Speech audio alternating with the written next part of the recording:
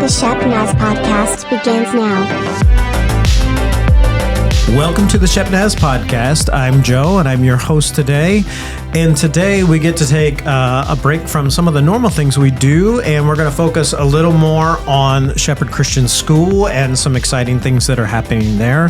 So we have in with us our head of schools, Mike Fluhart, and he's going to introduce a couple guests that he has with him, and even giving us nicknames that we need to make sure that we use when addressing such. All right, so welcome in, Mike. Oh, good morning.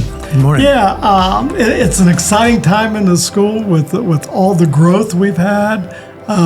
You look at Shepherd Christian. 5-6 years ago, we were about 95 students. It looks like we're going to be anywhere from 315 to 320. Wow. This school year. Mm-hmm. And as the school grows, you've got to build an administrative team to manage 320 little ones. We love them. The kiddos are great. Infrastructure to herd cats, right? Yes, it is, and that's an understatement. So as you grow a school, it's very purposeful, and as you build your team, because if you build too quick, financially you can't afford it. If you build too late, the kids suffer. So we're in that stage. What we did this last year, and I'd like to introduce our guest. I asked Tina Palmer has been with the school 25 years, primarily in the kindergarten classroom, but I'd asked her to step out of that role last year and take over the pre-K through third grade. Mm-hmm. And as the growths happen, I knew I couldn't. We need more administrative. We invited Lisa Mahoney to come with us, and Lisa is having multiple hats as well. She'll be the 4th through 8th grade principal, and then she's also picking up our Early Learning Center director. She has a wealth of experience in early ed, coupled with principal experience. So when you put those two hats together, we had decided to take advantage of that, and she'll be our new early ed director, and then have the 4th through 8th grade. Nice. Well, that would be a great crossover. Yeah. So let's get into a little bit. Tina, obviously you've been around for a while, mm-hmm. But tell us a little bit about all that far back 25 years ago, how you came to Shepherd Christian in the first place. Sure. I'm actually from a suburb of Chicago in Illinois. Mm-hmm. I got married and moved here to Ohio to be with my husband and his family. When we first started out, I worked in a daycare and did some subbing, and I just knew I wanted to be teaching again. So I had actually run into a teacher who was at my bridal shower mm-hmm. and mentioned Shepherd Christian, and so I looked into it back then, and at the time, it was Terry Brown and Diane Micrans, and I interviewed with them, and it was just instantly a connection. Anybody who knows Terry knows that as soon as you meet him, you're connected, and we just had a connection right away, and by the time we were done with that interview, he had offered me the job. I started out working for a year in the preschool. But I had asked when he hired me if there were any openings in the school when it came about, would I be considered for that position? He said absolutely. He knew the next year his wife would be retiring and there would be an opening in the kindergarten. So I said, that's perfect. So I worked in the preschool for a year, moved to kindergarten. At the time, it was the modular building outside of the gym there. We didn't have the playground or the basketball courts yet. So I started out in the modular building, worked there for a number of years. We then had the building project for the existing building that's there now. So I moved into that building, taught kindergarten for, I think it was 22 years. Wow. Was the assistant principal for 2 of those years, I think. Moved out of the room last year. At the end of this year will be my 25th year here at Shepherd. So we know that you're either persistent or crazy or both. Yes. I love both. It's been, you know what, Shepherd has been my home. I've lived here for 25 years. My kids were raised, in this school. Back when I was pregnant, we opened up the nursery for myself and a couple of the other teachers. knowing that we couldn't afford childcare. And so they said, hey, if we open up a nursery for your babies, can you stay? And we said, absolutely. So the first year that infant nursery was open was just for staff kids. People saw so much interest in it. There was so much interest in it that the following year they decided to open that up to the public. So nice. Just a lot of growth. So I would imagine you got to work for a number of years with Karen Moss, one of our avid listeners. So shout out to Karen. Shout out to Karen. And through all that time, definitely this has been something where you could have taught anywhere. So how was it that you felt like God said Christian education is where I want you? Sure. It's been a struggle. I'm not going to lie. Through the years, it's been a struggle financially at times for me and the family. But I grew up going to a Christian school. It was pre-K through 8th grade back in Chicago. And when I graduated college, I went back and I taught there for a year and a half before I got married. A lot of the same teachers were still there, so I taught with teachers that I had in the classroom. I team taught with my 4th grade teacher. That's cool. Back when I was in school, I knew that it was a family back then. It was something special just growing up in that school. So when I had the opportunity to come here and just meeting Terry Brown and having that connection right away with him and Diane, I just felt that sense of family again. And like I said, when I had my own kids, I wanted them to be able to experience that as well.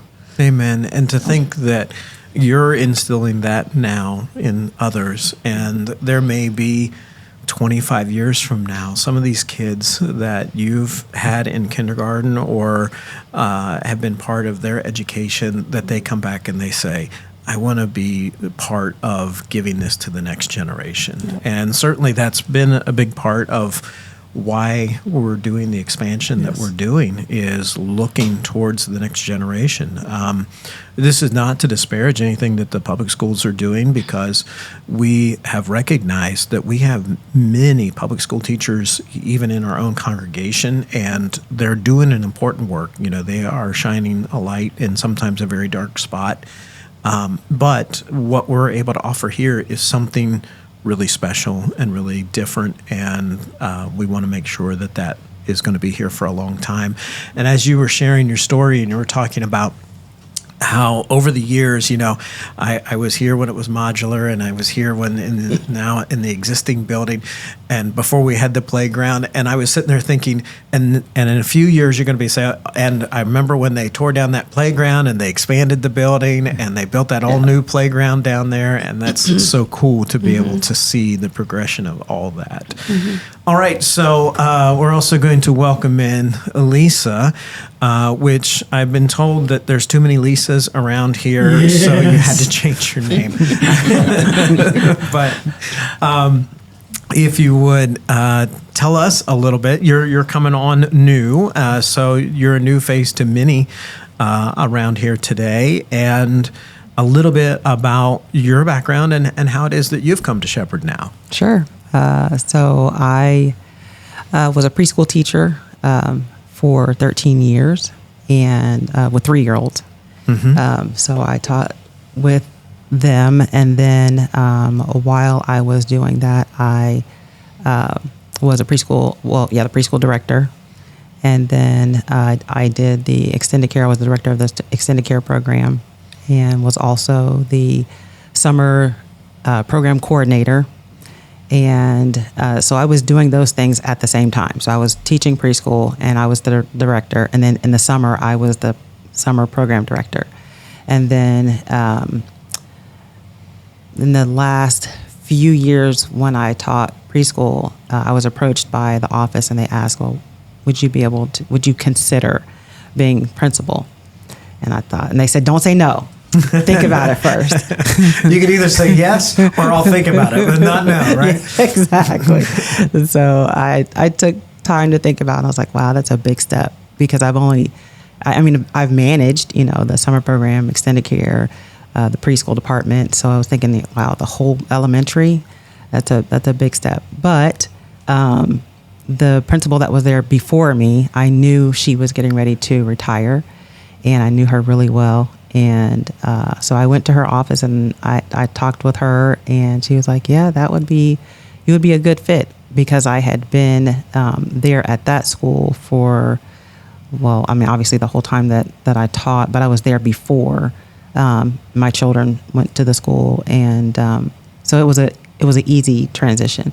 So I have 4 girls, and my 2 older girls, they went to the school, and then they were getting ready to graduate, and then we had another one. And I was like, we were just getting ready to start traveling and dating, and and then we had another one. So we have 2 older girls and then the 2 younger set. So we called them the little girls, and then we have the big girls, and they're adults. They're out living on their own, went through college. And so I have one and that's in high school and one that's in middle school. All right. And I'll kind of pose the same question as I did with Tina. Like, with your experience, obviously, you could be a lot of different places. And, I mean, we're glad that you're here, and we're glad that God has led you to this place. But, again, kind of the calling on your life, how has God been working through you, and how did you come about to be, to take your education expertise and say, okay, I want to twist this a little bit to make sure it remains ministry as well? Yeah. It was very important to our pastor that we instill in our children God values. Mm-hmm. And yes, I could have taken that to public school, but I like the Christian school community, the private school feel. We all moved together. So the teachers that I was with, the parents that I was with, we all did everything. It was a community. We went to all the football games together, the basketball games together. Everybody knew each other, and it was a really nice community.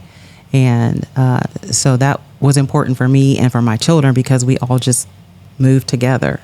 And I felt that it was important for my girls to be in that community, and the church. We did everything together. It was church, school, extracurricular, everything was together.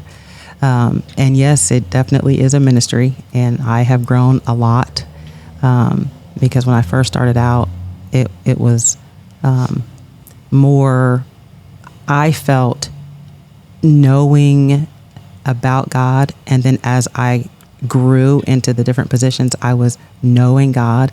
I also went to Bible college, so that helped. Mm-hmm. But I didn't go to be in ministry. I went because I wanted to know God. Yeah. And so a lot of people didn't understand that. They're like, you're what are you doing here? Yeah, exactly. Like, you're going to college and you're not going to be something. It was important to me to know God. And that's all I wanted. I wanted to know him, and I wanted my girls and my family to know him. I wanted that to go out to whomever I was, my sphere. I wanted them to know God. Amen. Well, and certainly it's great to hear that we have a team that, Mike, you've assembled, that is our focus. Yes. Our focus is realizing we're not doing shepherd building, we're doing kingdom building. And to make sure that the next generation has the opportunity to hear the values of our faith and to see that lived out in their lives. I can't help but share. There was, throughout the school year, the school does chapel and so forth, and there was a particular, they don't always behave. There was I've never noticed that. But there was a particular day that I walked into the control room, and there was 10 and 12-year-old boys being 10 and 12-year-old boys. And, basically any button they could push, any lever they could pull, any light that they could turn on or off. And yet we see as a community how we've had some of those same kids, and I kind of took them aside. I said, do you really want to learn how to run this stuff? And they're like, oh, yeah. Okay, come here on Sunday, and we're going to put you on the team, and you can actually start using this stuff. That's awesome. The way it's supposed to be used. And it's wonderful to see how that is starting to flourish. And certainly, it's great for us, and even Pastor Rob has mentioned that he's intentionally kind of wanting a paradigm shift to make sure that our entire congregation, that although Shepherd Christian has its own administration instruction, it is an extension of the church. It is an extension of the ministry here, and that our first and primary mission is just like the church. It's to help these students take their next step towards Jesus. Yes. So if you would, one of the things that we've kind of pivoted on a little bit is our early childhood, care, and kind of, if you would, give us an update on the status of that and things that are going on with that and how that's progressing. Yeah, no, I'm real excited about that. Little Lambs is a tremendous ministry, did a tremendous job for a lot of years, but we made the decision. It was always a separate entity. You had Little Lambs, you had the school, and you had the church. Right. Well, as we started intentionally blending everything together, we made the decision to close Little Lambs and then roll the child care center into an early learning center, because the expectations of what the kids need to know how to do, the bar has risen unbelievably. We started the process last year. Tina took a lead to help the pre-K teachers with some of the curriculum. We want to take that a step further. So even though we've changed the name, where it's Shepherd Christian School and Early Learning Center, but it's much more than a name change. As we go into this year, we've got a director that's got tremendous background in early ed. We've got Tina still going to be involved in the academic piece of it. I think we've met Presley Fluhart, my daughter-in-law. She last year was involved some. Second half of the year, she was involved quite a bit after January. She'll stay in the operations mode. And then we brought on two outstanding young teachers, very strong in their academic experience. They use the Reggio method. But what I liked about them when we interviewed is they've blended the traditional academics and the Reggio very well. And we're already seeing a little benefit of that. We had a student that was assessed at the beginning of the year and was really struggling.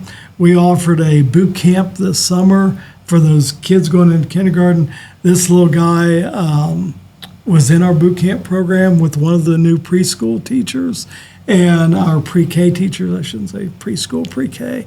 And we assessed him yesterday, and it looks like he's going to go ahead and go into first grade.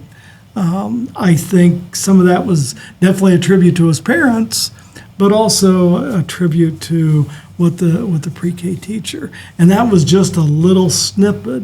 I see more in the pre-K program, more of a teamwork between the two teachers, and where it'll be one, and they'll grow from that.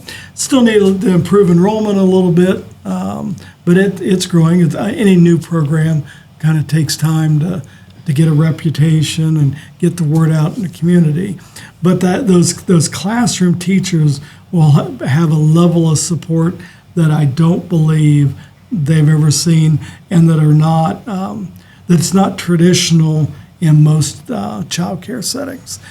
And could you speak a little bit in regards to the enrollment? Like, what are the age brackets and kind of how many slots are you trying to fill and that kind of thing? Yeah, we're it's strictly your 4 and 5 year olds that'll be going into kindergarten next school, not this fall, but a year from now. Okay.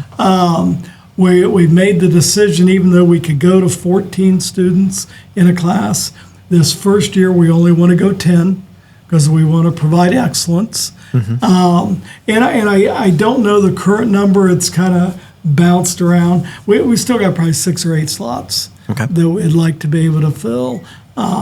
realizing that in the years to come, we will put more students in the class. But this first year, we really want to get it right. And we've done some more shuffling around in classrooms and so forth because we're trying to figure out where we put all these kids until we get the expansion done. Correct me if I'm wrong, but I think the pre-K is down the hallway towards the north end of the building. Is that where those two classrooms are? Yeah, those two rooms are the same rooms that we used last year. Okay. So those will be down there. And then as we've moved everything around because of the growth, all our special classes will be in the church this year, plus kindergarten. So intervention will be in this building. And the school will be 1st through 8th grade this next year. So even though the child care center is downsized, the livelihood of this building hasn't gone down. Sure. If anything, sure. It'll increase. The other piece of realigning the Early Learning Center, we still will have the after-school program, like we've had for years, but we're refocusing it into, as the year goes, into more academic pods, for lack of a better word, where you'll have blocks that maybe we'll offer a coding class or a specific art, or a gentleman I interviewed yesterday for our new music teacher wants to offer guitar lessons after school. So there's a lot of those learning opportunities even in the after-school program. Sure. That's wonderful. I guess as we're wrapping up, I just want to open it up to any of the three of you. We know that there's a lot of things that you guys are starting to get ready for the next month or so. Yes. We're going to have a kickoff event, I believe is August 15th. 15th, yes. And just to put it out there, is there any helps? I think as people are listening to this is going to be on Friday. And I believe we have a rummage sale going on at this very moment as people are listening. So if you could tell us a little bit about that. Sure. What we've done, we've gone into going back to striving for excellence. We've gone into the classrooms. And, over the years in a Christian school, a lot of times you make do with what you have. And, like I looked at a cabinet and it's held together with duct tape. And so what we're striving right now is to go through every classroom. I thought you were going to say get another roll of duct tape. Yeah, get another roll of duct tape. Well, there's going to be some of that too. Plenty of that to go around. But we're identifying those type things, and we're actually disposing of that material. The others, there's a lot of desks and chairs, again, that we made do over the years that are still in really good shape. And it would be wrong just to pitch it. So we are doing a rummage sale tomorrow and Friday, which when you hear this Friday, it'll be going on. You can definitely come straight over. We also, with shutting down the previous child care, we have a lot of early ed material. I mean, I think it's a total of 9 totes? No. Cribs? Cribs, yeah, I couldn't think of that. Old age. Let's guess words. Yeah. We got 9 cribs that I don't know what to do with. We've got tons of other early ed stuff that we're going to be selling. And when I sell, come in and make me an offer. And I'll give you odds. I'm going to just help you put it in your car. All right. So Mike's ready to wheel and deal. Yeah, so come on down to the rummage sale that's going on. And how long is that running today? Well, today we're just getting set it all up. Well, I mean Friday as they're that's listening right. to it. Today I forget. It's 9 to 2. Okay. 9 to 2. So hurry. Listen to this early and hurry. All right. And any other prayer requests that any of the three of you might have just as we're getting ready to start the new school year, concerns that you have that as a church we can be lifting up and praying for those things? Sure. We have a number of new teachers this year, a couple of people in new positions this year. So just prayers for guidance, that the Lord would just help us to make the right decisions and do the things we need to do. We have a lot of new incoming students coming from all over the place. So just that they would come in and be able to transition, and that I think just that everybody would be able to feel that sense of family and togetherness, and most importantly, grow in Christ. Lisa, is there anything that you would specifically like some prayer on?